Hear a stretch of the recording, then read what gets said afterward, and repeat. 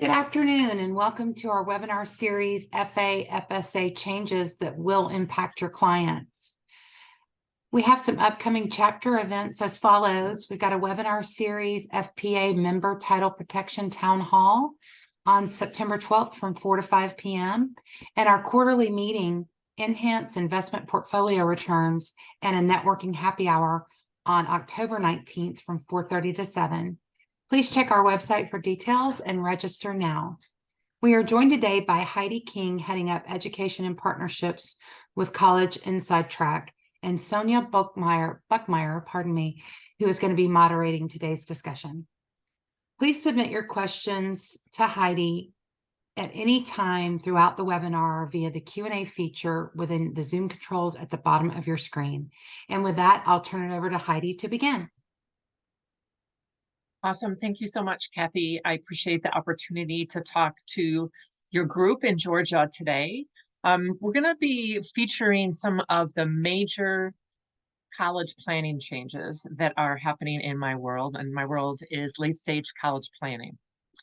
So we're going to feature some of those today, but we're also going to help you understand what role this college planning plays in your client relationships.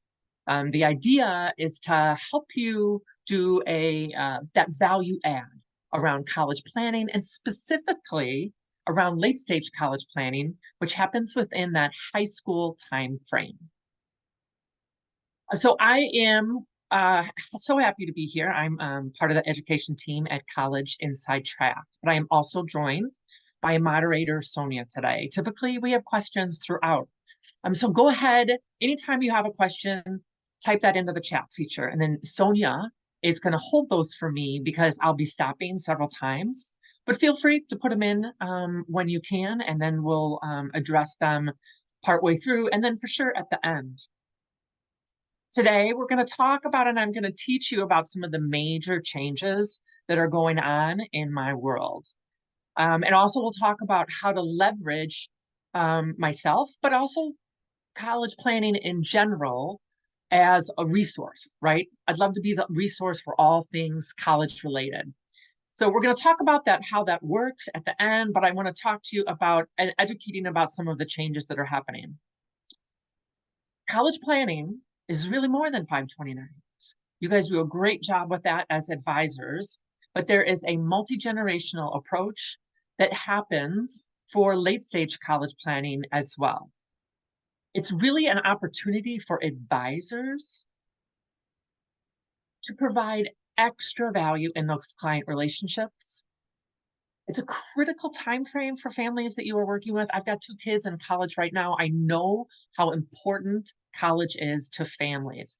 And you do that great job with the 529, but there is also an opportunity to engage with the families that you are working with as they are in high school, giving a little bit more runway to flesh out some problems than just, hey, we've gotten into school, how are we going to pay for it their senior year?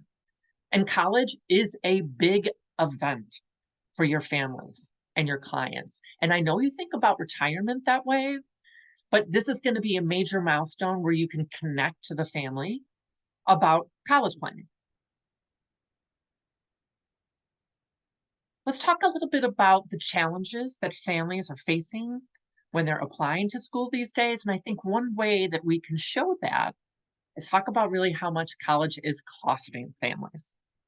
So you don't need to put this in the chat, but let's just talk about what the average percentage rate of tuition and how much that has increased since 1990.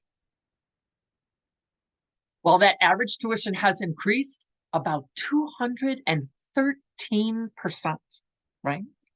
That is far outpacing any of the industries that I'm familiar with. So it's for sure hitting the pocketbooks and definitely on the conversation of families as they're considering the cost of college. Another way that we can show about college planning and the challenges that families are facing is talk about the national transfer rate. The national transfer rate these days is 38%. And that's not just transferring from community college and up, but that is actually transferring from state school to state school. And while that hits me as a parent, right, thinking about 4 in 10 kids that are transferring, working really hard to find those right fit schools, right? But the reason that it matters for financial advisors is because it's costing us a ton of money. The average cost of one transfer is $14,000. Data shows that you are at risk of transferring a second time, and that second transfer is upwards of $20,000, $24,000, because frankly, you're not graduating in 4 years if you're having to transfer, and then you're just out of the workforce, not making the money. The national increases are 213% for tuition from public schools, but those private schools are even higher, 415%. Notable increases, I sit in the Chicagoland area. My alma mater has gone up over 500%. Went to the University of Illinois. I studied aeronautical engineering there. That was actually my first career. Recently retired from UPS. Home base right there in Atlanta. I flew Boeing 747s, 737s, I'm sorry, 757s, 767s. I retired about 5 years ago to stay home with my kids. So I'm well aware of how challenging this is for families. The biggest increase that we see is across the country is Yukon up there in the Northeast, up over 1,300% for the tuition increase. One of the things that I do get to do in addition to meeting with all the financial advisors, right, and doing some education for you guys on college planning, is I get to meet with families, right, and talk to them about their goals, answer some of their questions, and make suggestions about how to do more strategic search and manage that application and acceptance phases in the processes of applying to schools. And typically, kids are having one of those reach schools on that list, right? Thinking about the Northwesterns, that's in my backyard, almost hitting $90,000, those upper selective schools for their total cost of attendance. But that is not total for 4 years, that is total for 1 year. I haven't met a kid yet that doesn't want to experience either the beaches or the mountains. And so I have Denver on there, but I have Colorado schools on there twice. Why?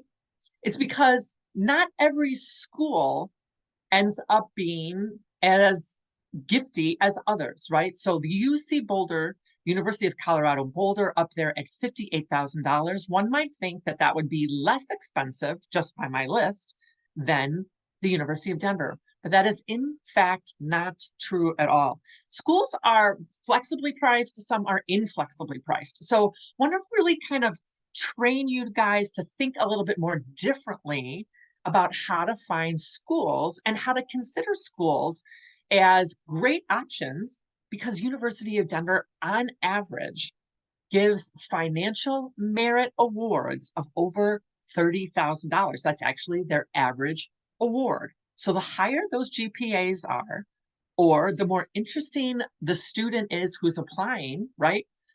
University of Denver would love a kid from the Southeast, right? Somebody from Atlanta, somebody from Georgia. So they're willing to give impactful scholarships to be more demographically interesting. So a child who wants to apply to a Colorado school should also consider non-flagship schools like the University of Denver. You guys sitting in this SEC area, right? I've got an ACC school on there, Clemson. Your in-state schools end up being very wonderful options, right? From a tuition standpoint. I'm in the state of Illinois. The bargain schools are not right next to us, right? We're not going to get a discount for going necessarily to Clemson or to Auburn, right? So it's really about the goals of the family. Not everybody has a budget for school, but when you are working with families that have a constraint, it's really about choosing schools that are just more flexibly priced. And why are they giving out money in general? State schools are very often around $30,000 as I'm picking my school, University of Illinois, Urbana-Champaign. That costs us in-state, not a bargain, right? On average, in-state schools run between $100 and maybe $160,000 per year. You guys are at that lower end for University of Georgia. So now we're going to transition a little bit to why is it harder for families to afford school, right? Again, this is often in the news. Increasing tuition is by far the biggest reason that schools are becoming more expensive. It has definitely outpaced other industries. It is not our imagination. But there are also other reasons other than just rising tuition. Right there at the bottom is the fact that the student loan is minimal compared to the actual cost increases of schools that we have seen. Used to be back in the day that $5,500 that you would get from the federal student loan, which is all you're getting right now, that hasn't changed since 1990. That used to cover tuition at about 90% of the schools. Now that's kind of flipped. It doesn't even cover tuition at 10% of the schools, right? So the vast majority of students that are going off to school are having to find other sources to get the money if they have not saved or their parents haven't saved for that, right? So the idea is that student loan isn't covering what we need. So we're finding that parents are more often than not expected and needed to contribute for the overall cost of college, right? And as a result of that, parents are just having to dip into their retirement more often. And that is something that we caution and do not recommend families doing. And we know that you are working with them as well. I'm trying to plan ahead for this, but also talk about late stage planning and what their limitations and boundaries are going to be. Also, the asset protection allowance is another factor that you guys know about as financial planners. It used to be that the Fafsa would reserve and not consider a certain amount of families' income when they evaluated families for financial awards, either from the government or from the colleges. Used to be actually $52,000 were not considered. And so you could reserve that to pay for school. But as of about last year, everything that's in a checking account, the brokerage accounts are considered, and nothing is actually being protected and given a protection allowance. So it is no joke. We are definitely needing and having to report more things when we're evaluating if we're going to be financial assistance for school. So when we work with families, and you work with families, we're helping them figure out how to pay for school, right? There are two types of financial assistance when families head off to school. Some are going to be need-based, and that's pretty much entirely based on the AGI or mom and dad's income. But there is another opportunity for assistance, and that is merit-based assistance. And those are two very different buckets of how families can access money and make a difference in what college costs. The thing about a merit-based award, right? It's not limited to how much money somebody makes. So it's a very different bucket. That's based on all things the student has done, and colleges evaluate that student by student. Another way of financial assistance would be the loan space, whether it be the direct loan for the student, a direct parent loan from the government, and then there are also private space loans, and we'll talk a little bit about all that today. The process for applying to and receiving aid from the government or colleges really starts out with two financial forms. That's the overall strategic way. And the one that we are most familiar with is that FAFSA, right? That's the free application for student aid. And it is the one that most parents are familiar with. And really, this year, it is going to be totally revamped. So the FAFSA form is going to be shortened and going to go from 108 questions down to 40. But as a result of this revamping, it is not going to be ready for the October 1st launch. So you may have some questions about this. I am happy to talk about that. We're going to go through some of the FAFSA changes in today's webinar. But that is the easy form. The CSS profile is like getting a root canal with no Novocaine. No joke, this form takes about 3 to 4 hours to fill out. It has upwards of 200 and sometimes 300 questions, and different colleges have different ways and different forms that they're going to use within the CSS profiles. Some even ask you about what cars you are driving. And definitely this form has a more all-encompassing financial scenario that the colleges are asking the families so they can evaluate whether or not they're going to get financial assistance. But the result of either form truly is a number that the schools will use to determine financial aid eligibility. That financial award eligibility is called this year, this is another change, it's going from the expected family contribution, which we call EFC. It's moving this year, the terminology is updating to student aid index. But let's understand the larger picture of parents are typically the largest determining factor in that formula, bar none. Parents are expected, when they are considered their income that is being evaluated for the FAFSA, is upwards and up to about 47%. So when the FAFSA looks at a household income or a single parent's adjusted gross income, they are assessing that and thinking and assuming that the family can pull 47% of their income yearly for college.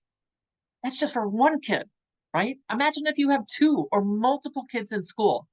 Really, it's crazy. But that's how the FAFSA is evaluating, and the CSS profile, about what families are making and what they can contribute to school. So single biggest factor is a parent's income. Why? Because parents typically make more money than students. But the student's income is also involved in the FAFSA equation. Let's talk about this. And I'm going to leave time for questions after this because this can be pretty confusing. Parents' assets, those are only evaluated at 5.64%. When the FAFSA considers assets, we are not reporting 401ks. They are not reporting IRAs, not reporting SEPs, not reporting cash value of a life insurance. Why? Because those are all considered qualified retirement accounts. What families are reporting is the brokerage accounts, a bank account, a checking account, right? Those are the things that they are reporting as an asset. The student equation is different. FAFSA still uses their info when considering if they're going to get financial awards, need-based or merit. And as you can see, students' assets are actually counting for more, which can create some challenges if we have UGMAs and UTMAs for those students. Because if they are in the student's name, as it turns out, they are assessed higher. So families that find themselves need-based eligible, those student assets count for more than if they were in the parent name. So when it comes to strategic planning, please understand, I know that those are set up for help for the students, but they are bumping into the need-based space for some families. Now, students' incomes assessed pretty high. I mean, I think that's pretty high. My kids thought that was pretty high, right? 50%. Understand that there is a income protection allowance for students. They are allowed to make just between it's going up this year, about $7,300, 7,300. That is not involved in the equation, right? So understand that won't negatively affect. But if you're making north of 7,500, it can. So if those families are going to be need-based, a student's income can affect the overall award. Grandparents' contributions are no longer assessed for FAFSA purposes. And this is new. This is new as of last year. For this year's form, that FAFSA being simplified simply does no longer ask, has the student received a gift from an outside source? And that was the link and the reason that grandparents' gifting would often backfire if a student was hoping for need-based assistance. And financial advisors had great workarounds on this. You would just wait to use those grandparents' gifts until later in the college years, so it wasn't on that form. But great opportunity for financial advisors, because grandparents gifting, and when I say grandparents, it's anybody outside the nuclear family, so it can be aunts and uncles, no longer assessed at all for FAFSA purposes. So having a FAFSA forecast as a family is applying to school can be critical, right? And I'm happy to do this. This is something that I do every day for families, right? There are some big mistakes that families make, but it starts with, are we going to be need-based at all or not, right? So loop me in. I'm happy to do this. It takes like 3 minutes to have this conversation, because if they're going to be need-based, it is important to understand that that child's assets are assessed higher. But a 529 is actually assessed at the parent's rate. So it's much less. It's only 5.64%. Now, the FAFSA form has been created and there were many, many errors. About 25% of FAFSA forms were submitted with errors. Now, the errors were often families over-reporting their assets, right? 25%, 1 in 4 forms were filled out incorrectly. So understand this may be another opportunity to help your families that you are working with work on that FAFSA. In the state of Illinois, and there's about a quarter of the states nationwide actually have the FAFSA form as part of a graduation requirement from high school, right? That's getting more and more every year, because the FAFSA form can be very impactful if you need a gap, if you have a gap between what somebody has saved and what college costs. Getting that student loan gives opportunities for the least expensive loans, right? This year, it is 5.5%, usually below anything that you're going to get in the private space. Talking about the FAFSA changes, I'm going to highlight, there was 157 pages out of a 5,000 page bill for FAFSA simplification, right? I'm going to walk you through the highlights that really impact the claimants that you are using. We're not going to drill down. I do a whole separate webinar on the major FAFSA changes. I'm happy to talk to you or educate on that on another time, because really there's a whole bunch of them, but we'll just highlight some of the big ones. So again, EFC is turning into SAI, okay? Student Aid Index, right? So that's going to be new terminology that we are using. And all these changes are unfolding this fall. It has taken about 3 years to go through various stages of FAFSA simplification. This is the fall that everything is going to be enacted because of those secure acts. And I know for sure that you're going to have families that are going to need to know about this and are going to be in one of these categories. This is the biggest change in our industry in 50 years. And that's why I do have separate education that's completely on this.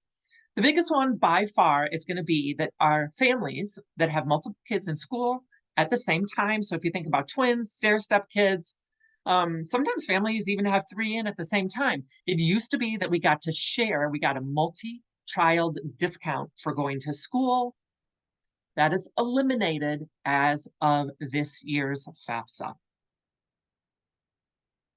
Another change, if you think about families that you are working with, if divorce is part of their family structure, they are used to having the FAFSA finances that are being put down on that form as being one parent's income, and that parent typically has been where the child resides the majority of the time.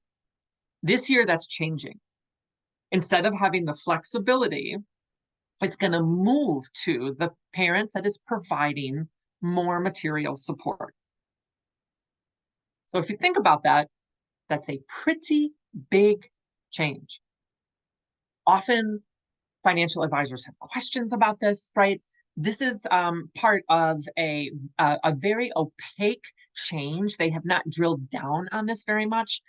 The definition right now is who provides more material support, right?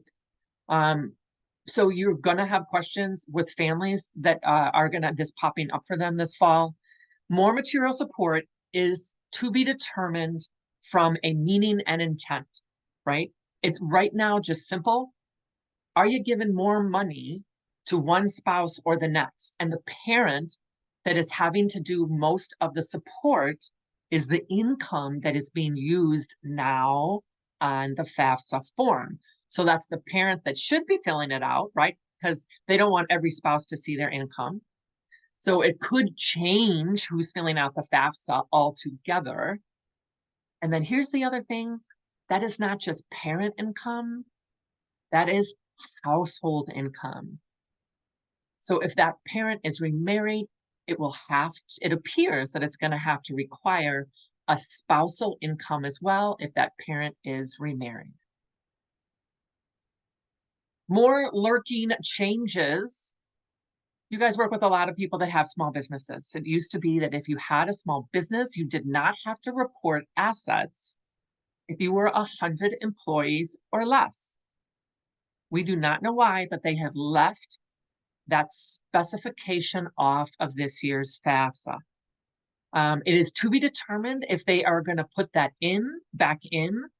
So please stay tuned for that. We have a fabulous financial advisor newsletter. Like I said, we've only seen the beta version of this form. The form will be out the first week of December, unless the Department of Education delays it again. But they don't have a lot of wiggle room this year, right? So we don't anticipate many changes. We are going through professional development right now on the new forms.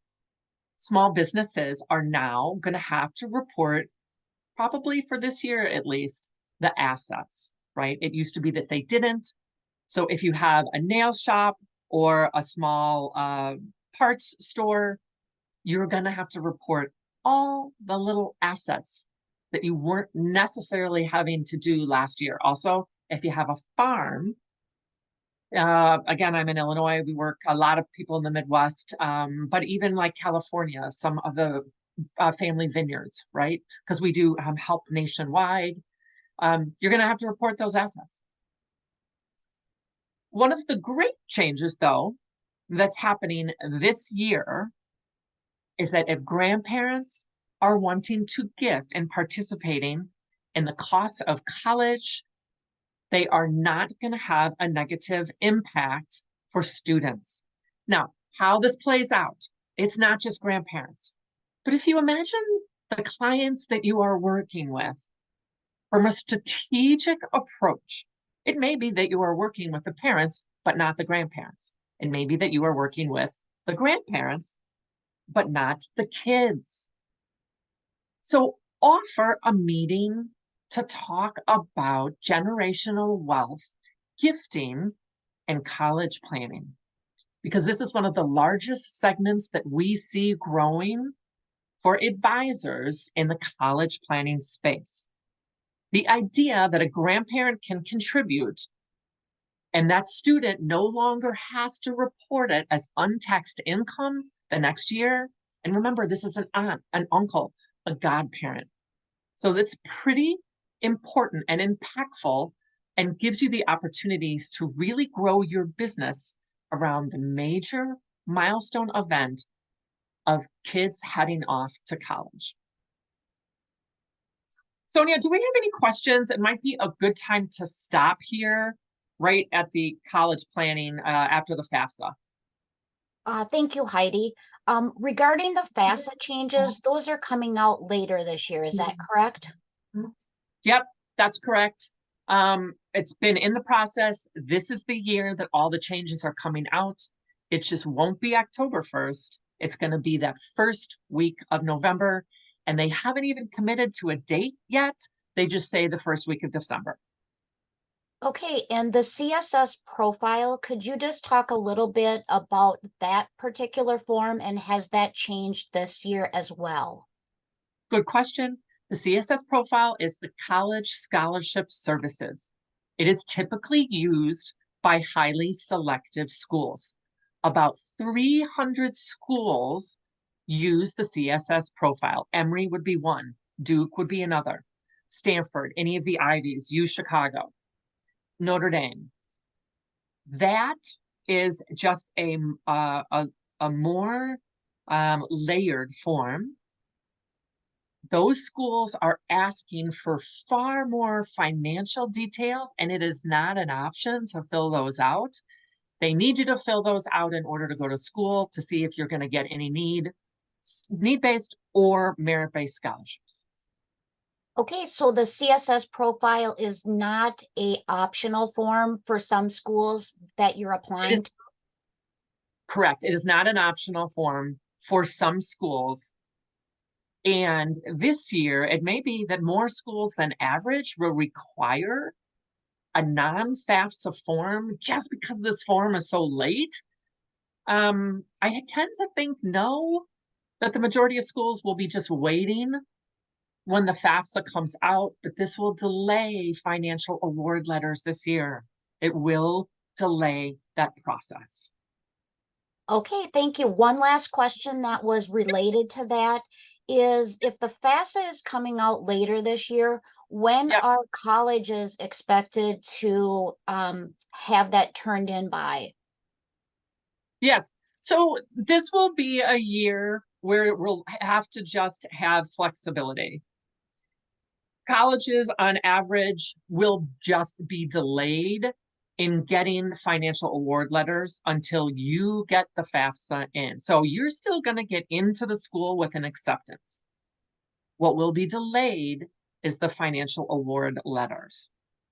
So the sooner a child gets those, the sooner the family knows what they're going to have to pay, what's going to be need, what's going to be merit, what's going to be a loan, and then they evaluate apples to apples.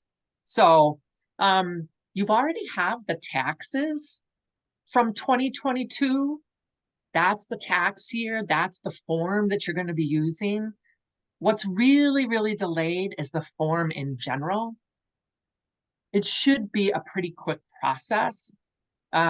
We will have, by the way, free webinars for families. We'll go into details on how to do the FAFSA form. I'm happy to get you one of the links for one of those webinars that we'll be doing in early December, really to support the financial advisors that we work with. So I don't see any reason why families can't still do it in December and get those financial award letters in the end of January and February, which frankly is the typical time frame. Okay, thank you, Heidi. Yep. Continue those questions, right? This makes it far more interactive for me, and I know where I can help and answer questions, right? I'm happy to continue on with that. So we spent a whole lot of time on need-based assistance, but the reality is many of your families aren't going to be need-based, but it doesn't mean that they want to overpay for college, right? I haven't met a family yet that wants to overpay for college. So it really is the number one question that I get asked when I sit down with families And we want to talk about from a return on investment, ROI, right, of your time. How are you going to like move the needle on college? And where do you spend the time searching for college scholarships? So here are some options. What are we looking at? Are we looking at a 4-year public college and how they give out scholarships? Do we think about starting at a 2-year, potentially a community college, and then transferring? Are we thinking about starting at a public college, but then transferring to a private college, maybe making that less expensive because that private college could be more? Or starting and finishing at a 4-year private university? Well, really all the above can be true, right? It's really based on the family and their circumstances. There is really not one clear path, right? But understand the challenges of setting off to a community college are that 5 in 6 students say that they are going to transfer to a 4-year university. But statistics show that only 1 in 5 end up making that transfer. So it's not that it's a bad move, but is that viable?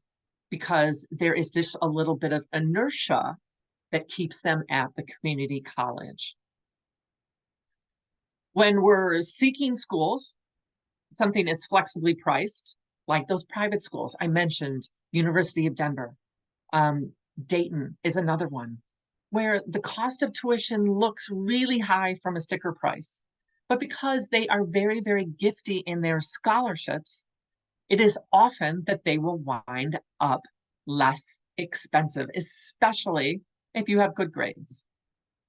So let's ditch the old thinking, right? It really just doesn't suit us anymore, right?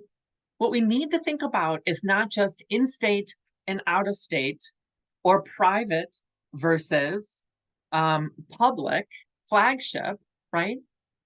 We really need to start thinking about schools from, are they flexibly priced or are they inflexibly priced? And by the way, there are schools in both categories, right? Because you can be both public and inflexibly priced, right? Clemson, both of my boys applied to Clemson. One got in, one got on the wait list, right? But I promise you there were not impactful scholarships to go to Clemson, right? Auburn, Georgia, there's a line out the door flying out to Georgia, right? But there are schools in the area, both from state perspective to a regional perspective to a nationwide perspective, that can be public and flexibly priced, that can be private and flexibly priced. And those are the ones that really give out the most impactful scholarships. So there is no magic rainbow where there is a pot of gold at every college, right? The idea is, however, that building a right fit college list gives you the #1 ROI for your time spent, 100%. And that is because if you purposely have built the schools that you are going to apply to, right fit, right academic fit, right social fit, and right financial fit, it is strategically stronger and more likely that you're going to get impactful scholarships, right? 3,000 schools in the US. I promise you, many are doing impactful scholarships. And when a college gives out a scholarship, they typically last for 4 years. So not just 1 year, but 4. The second best way to get scholarships is the colleges themselves. So not only by building a right list, but also by the acceptances. When you get accepted, when the kids get accepted, there's actually a link in those acceptance letters to the school's website, the financial aid department, and then institutional academic scholarships that are departmental in nature, right? And again, if you're getting that kind of a scholarship, it moves the needle far more than a local scholarship. Local scholarships aren't bad because frankly, the pool can be low, way better than if you're just doing a Google search, right? Local scholarships we see are from banks, are from employers, are from a Rotary. But the typical award for those is about $500 or $1,000. And they are typically not renewable, right? So it's a one-time thing. The Right Fit College List is a renewable scholarship, meaning four-year money.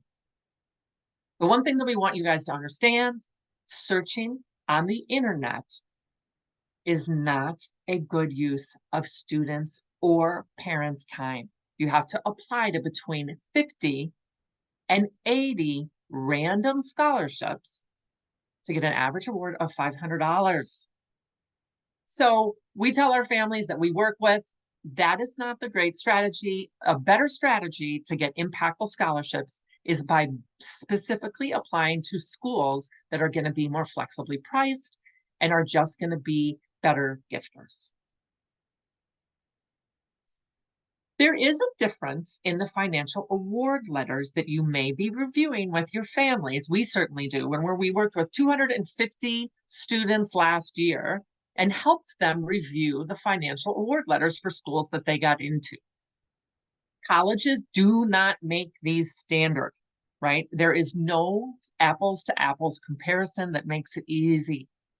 Understand, colleges give out money for need because of mom and dad's AGI and what is determined on that Fafsa or that CSS profile. Colleges give out money for merit because things that the colleges find important and beneficial to them because they are a business. So if your student has things that are important to the schools, the colleges will give out money and remember, typically in 4 years, for things that they have done. These things are reevaluated every year. Need is reevaluated every year. So you will have to fill out that FAFSA or that CSS profile every year. But frankly, it gives you the opportunity to get that student loan every year, right? It's $5,500 your freshman year, $6,500 your sophomore year, $7,500 your junior and senior year from the student direct loan. Now, a merit scholarship from a college typically will last 4 years, but this needs to be evaluated. It also needs to be evaluated, and one way that we do help our students is we help them understand why they're getting the merit. Is it because of a GPA, and do they need to hold that GPA? Is it a 2.75? Is it a 3.3? What does the colleges expect you to do your freshman year to keep that merit scholarships? Very, very important to lay out the expectations. So the kids that we worked with last year earned $23 million worth of scholarships. On average, we recommend students apply to between 6 and 12 schools. More than that, it is a lot of work. But we see a lot of acceptance letters. So we know why families are getting impactful scholarships. These, just a sample card of what schools are giving merit based on. Some colleges actually track data analytics, right? Sure they do. Data is a big thing these days. Demonstrated interest matters at some school. Guess where it matters? It matters at Clemson. Clemson tracks demonstrated interest. So they know if you've shown up, if you've taken a tour, and by the way, register for those, right? They know if you've been on a webinar, and they care about that. But not all schools do. But if they do, often you'll have a higher acceptance, right? Because you interacted with the schools. Living out of state makes a big deal. My kids both applied to Auburn and to the University of Alabama. And my older one, who had just better grades, impactful out of state scholarships, actually to both schools. But the Auburn scholarship was very noteworthy, $15,000 a year. Like we're used to Alabama doing that, but the Auburn scholarship, because of an ACT score that was above a 30, they have a matrix at Auburn And that ended up being a $60,000 scholarship. A little bit out of state, a little bit on that ACT score. We want you to understand, though, that colleges are most definitely leaning into holistic admissions. Test optional is still very much in flux. Not in Florida, they require those. Not at Purdue for engineering, they require that. But the California schools, Texas, there's some other schools where you can absolutely go test optional. But how are the colleges evaluating that last 40,000 students, right? UCLA had 142,000 people apply, largest out of anywhere in the country. Impactful essays are part of holistic admissions. It's really important to lean into that personal statement, 650 words. There are also 2 other opportunities to write on your Common App. It's optional, so kids leave that blank. Don't. When we work with students, we have them write the optional 150 words. Why me? Why this college? Why that major? Essays. Super important, and often we see that pop up. Sonia, are we getting some more questions that it's a good time to stop again? Yes, Heidi, could you just talk a little bit regarding the FAFSA for parents who are in higher income levels, the 350,000 Yep. AGI and above? Could you Yeah. just talk a little bit about the importance of filling out the FAFSA and making that 4-year plan and not being able to dip back into it? Yeah, and I think that is a very good point.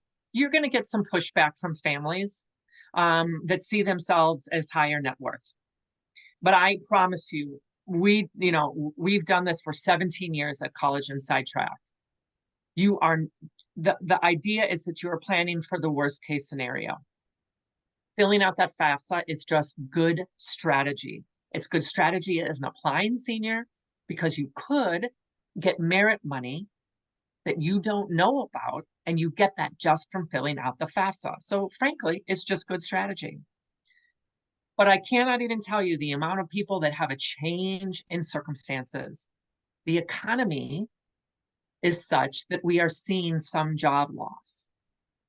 And if a high wage earning family overnight loses $300,000 worth of income, they care about getting that student loan. And the only way to get that student loan is by filling out the FAFSA. So again, you're helping them plan for the worst case scenario. So filling out the FAFSA is just good process. It's going to be easier this year, right? So you can't lean back from your junior year to get the freshman year money. So that is why it's just good process to do it every year, and plan on doing it in October every year, but this. And Heidi, I know we've talked about how it also offers the student some skin in the game because it is the only loan that a student can take out in their name without a parent co-signature. Yep. Thank you for bringing that up, Sonia. And actually, I did that in my family, right? College can be very social for some kids. And so some kids need skin in the game. So I just had my 2 boys take that out. It's good process for us. Consider that an option for you. And it does give them that student loan at a pretty low cost. We're just covering the interest, right? You don't actually need to disperse the student loan. Filling that FAFSA out gives you the opportunity to get it should you need it. Excellent. And one other question we had is with GI benefits, does that count on the FAFSA when you are completing that? Sonia, couldn't get that person's name. I had somebody ask me that question yesterday as well. Okay. And I am so sorry, I don't know the answer to that. Okay, So that one as well as employer matching funds, like if there's a 401k, are those reported the matching funds on the FAFSA?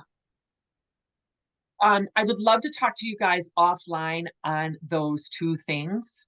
Employer matching funds from a 401k would not be needed to be put on that FAFSA. That is considered a protected retirement account.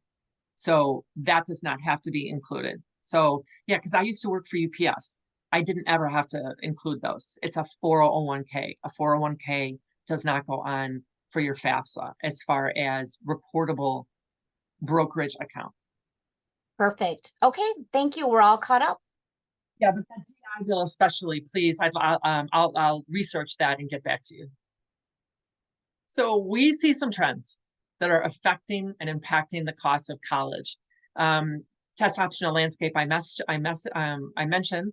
There's also a trend towards using early decision. Early decision is that opportunity for one time we're going to say yes to you if you say yes to us. But if it's a done deal, it's less likely that a college would give you impactful merit to go there because they know you're going to say yes.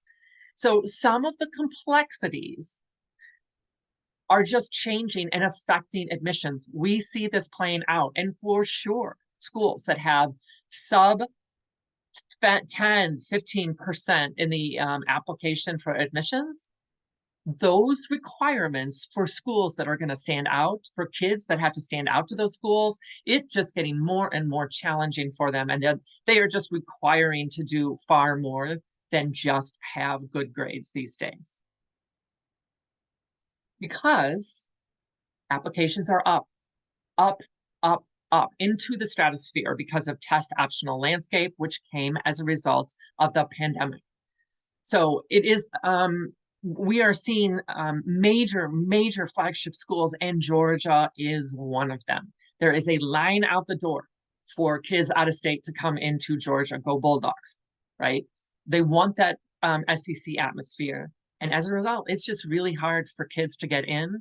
So the things that you have to talk about and sell yourself in the applications are ways that are just making huge differences, not just the data behind your grade, not just the data behind a test score, but what have you done in high school? What impact have you made? What change resulted in something you did?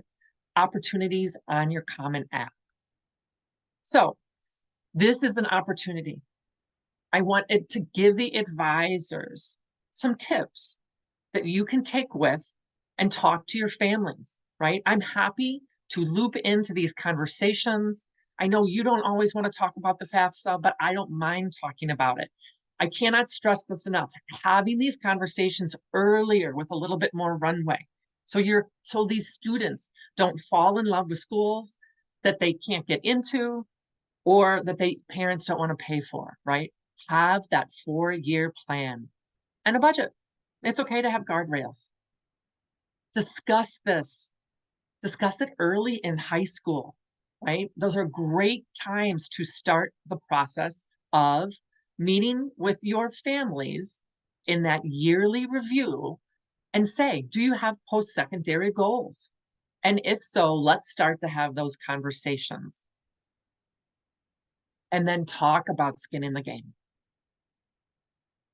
Now, 529 plans having a huge change starting in January. And I am going to have very specific Secure 2.0 education in the spring, right? Some of this is just coming down the pike. The uses of that we're familiar with, right? Tuition, room, board, books, fees, a computer. My son bought a computer unexpectedly, the motherboard. So we just went to Best Buy and I pulled it out of that 529, right? Something that's been sitting in there for years.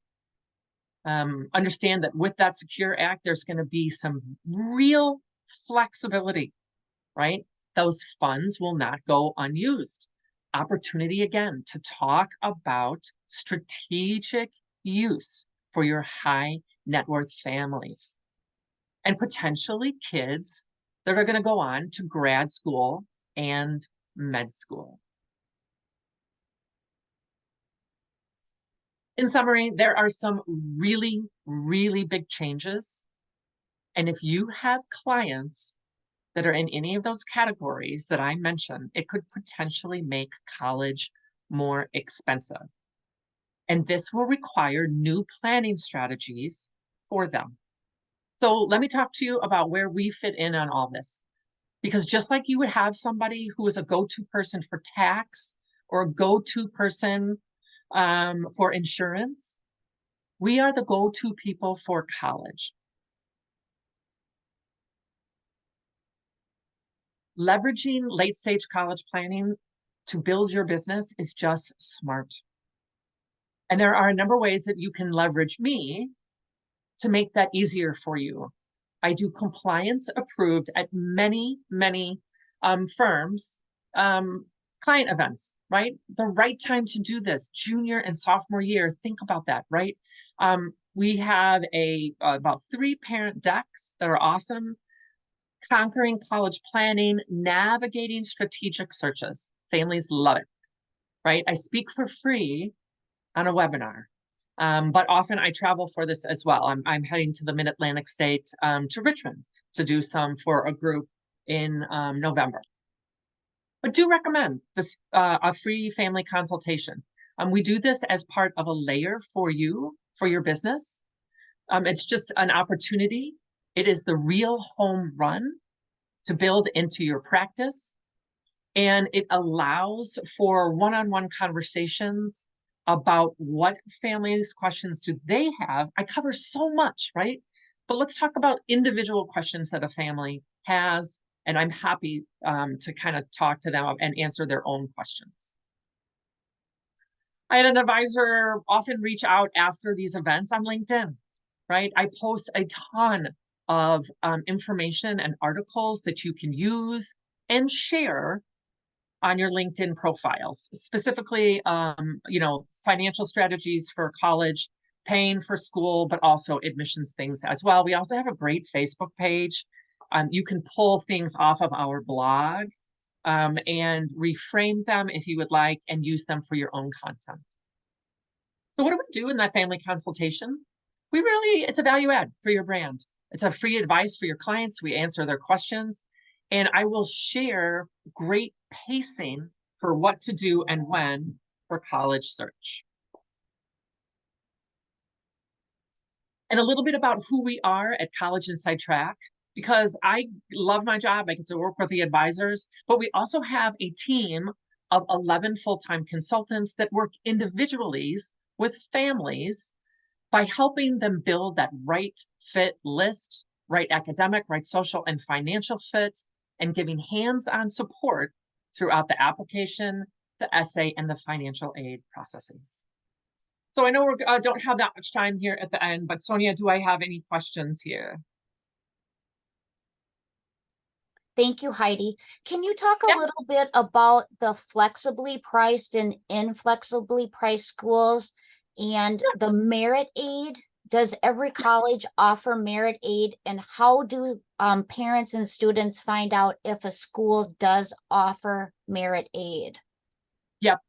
A flexibly priced school is typically a school that has above a 25% acceptance rate. Inflexibly priced schools would be your flagship state schools because they already find themselves a bargain. Inflexibly priced schools would be if their acceptance rate is less than 25%, they don't need to give out merit to go there. What was the other part of the question, Sonia? If you could just talk about the merit, does every school offer merit aid, and how do people find out if they do? Look at that acceptance rate on the previous year's admissions cycle. That is one way that you can find out, and then you ballpark that, right? What are your students' stats? And I'm happy to meet with, if families are going through this process on the call, I'm happy to talk to you guys about this. Are you going to be need? Are you going to be merit? Just reach out to me for that consultation. But families need to research that themselves. Is your student's stats above or below that 25%, right? Some colleges just don't need to give out merit money. Okay, and one more specific question is regarding 529 plans. Will parents who currently have a student loan be able to use 529s to pay their loans down by that $10,000 limit? It appears that there is going to be some flexibility for that. please bring me back. We'll do more education on that because I know I'm running out of time, right? That loan and that Secure Act are going to be huge, huge, huge opportunities to have like even like another half an hour, right? I'm happy to come and talk about that for 45 minutes or whatever you guys need. Maybe your own practice, right? Not just through the FPA, whatever helps. I'm happy to kind of do some more education on that. Okay, thank you, Heidi. One last question. One of the advisors is asking, what's the best way to talk about our services that we offer and the packages, and how do they connect with you to loop in a client? Yeah, my information is H King for Heidi King at collegeinsidetrack.com. I can explain how the advisors best use us, and what the services would be, what the options are for guidance within the group that we are working with. As I said, we work nationwide. So connect with me. Just send an email or fill out that Google form that is in the chat. And I'm happy to have an hour or a half an hour conversation with you guys about that. Thanks so Okay. much, Heidi and Sonia. Sorry. Thank you, Heidi, for this very informative presentation, and Sonia for moderating. We really appreciate it. And thanks to everyone who connected with us today. Look for an event survey, the replay, and the PowerPoint deck to be included and arrive in your inbox soon. Thanks again, ladies. Kathy, thank you. Thank you, Sonia. Thanks, Kathy. My pleasure. Everybody have a good afternoon. Bye-bye. Bye.